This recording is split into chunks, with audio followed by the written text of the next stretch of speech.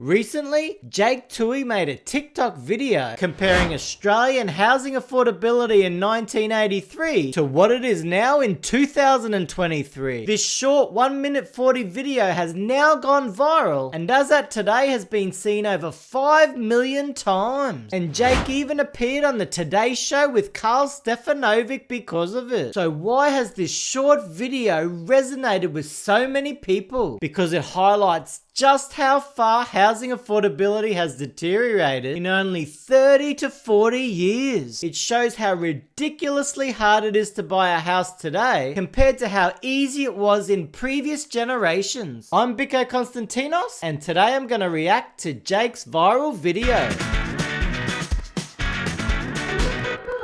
Am I a little bit salty that Jake's video got 5 million views and my recent Boomers video got 700 views? No! Of course I'm bloody salty. Nah, but seriously, Jake's video is awesome and the message is absolutely spot on. But if you've ever felt salty because someone's just better than you, why don't you give this video a like? And while you're down there at the like button, consider subscribing to my channel. I'm no Jake, but I am a Greek tryhard. Now let's get into it. Let's go back in time to buy a house. In 1983, I'm an average person looking to buy an average house. I got this average degree, which I got for free, and work an average job. After paying tax and rent, if I save 50% of the remainder, it'll take me 2 years to save up for the 20% deposit. Alright, now let's go through those figures a little more slowly. So we've gone back 40 years to 1983. The goal's to buy a home, and all the figures used are based on averages. So the average home cost $64,039. A degree didn't cost anything, which was a surprise to me. The average wage was $19,188. Take off tax and the average rent, and then you're left with a disposable income of $12,315. Now, if you save 50% of that disposable income each year, then you'd have enough for a 20% deposit on that $64,000 home in a bit over 2 years. Now, that's not bad for saving the deposit for the average home, and it also didn't require going without and saving every single cent or anything like that either. In fact, it's bloody awesome. And just a single full-time worker would have easily been able to save a deposit to buy an average home. And what that means is even if you're on a lower income, you still could have bought your own home. You might have just had to save for another year or something like that. Seriously, how good would that be? As we head back to 2023 and I'm still an average person looking to buy an average house, got this average degree, and I have an average job. After paying tax, rent, and HECS, if I save 50% of the remainder, it'll take me 10.5 years to save up for the 20% deposit. Alright, fast forward 40 years to today. The average home has risen to $920,100, average HECS debt around 23 grand, and the average wage is $90,896. After tax, average rent, and average HECS payments, you're left with a disposable income of $36,835. Now, like we did in 1983, we're going to save 50% of that disposable income, which is over $18,000 per annum, which means to save our 20% deposit, which equals $184,000, it would take us 10.5 years. Did you get that? 10.5 years. Now, back in 1983, or basically the majority of time before the late 1990s, house prices actually rose at a similar level to wages. What that meant is that housing affordability stayed around about the same. But if you look at this example in 2023, during the 10.5 years required to save the home deposit, if you go by what's happened in the last 25 years, houses have risen way faster than wages. The 20% deposit that this person has painstakingly saved will no longer be 20% of the average home. It might only be 15% or 12% because house prices have risen way faster than this person's wages. How about that for a kick in the gonads? It's clear that it's not just lazy, layabout young people sipping lattes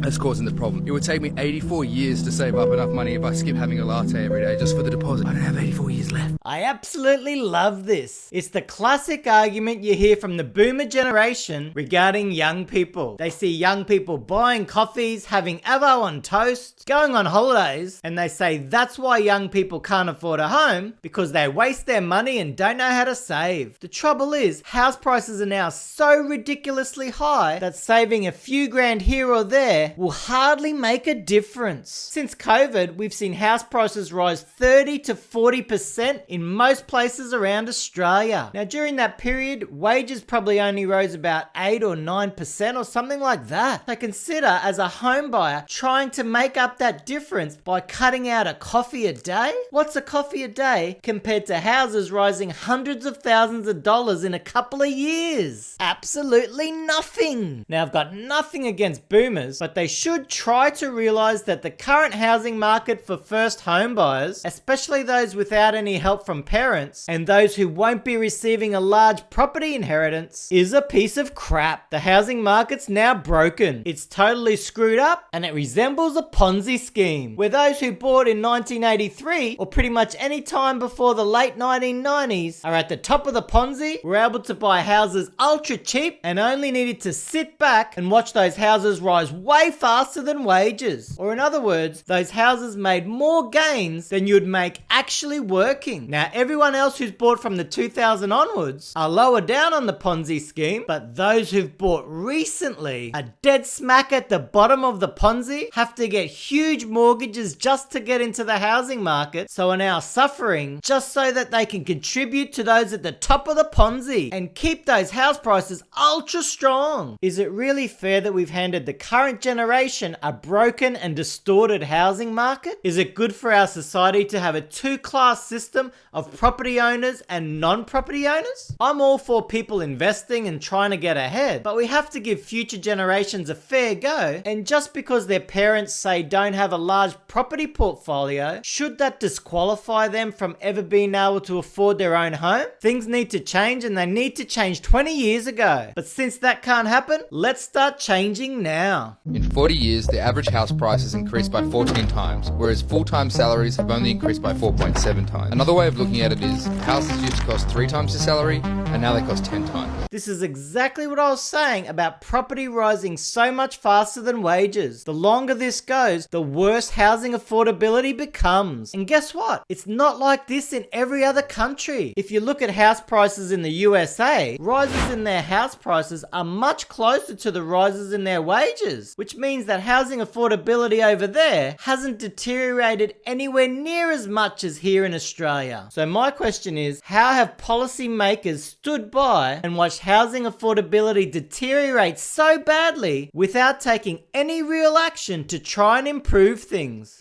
All things being equal, you'd have to be making $300,000 a year to benefit from that same 3 times ratio. You might be thinking $90,000, wow, that's high. It is. That's because CEOs and vice chancellors taking home millions inflate the total pool of income and skew the average high. If we look at the median, that is the figure in the middle of all figures, that's around $48,000. So if you're making more than that, you're making more than 50% of all working people in Australia. And still, housing is so far out of reach. Going back to our 2023 example, where we had the average wage around $90,000, this figure's actually skewed upwards because of some very high earning professions. With the median wage coming in around $48,000, which is close to half this figure, this means that most workers are earning less than $90,000, which means they will have less disposable income, can save less for a home deposit, and would take them longer than this 10.5 years to save for a 20% deposit. So the very sad reality of this is that many people will never be able to save enough for a home. And isn't that the Australian dream? That you work hard and can buy your own home?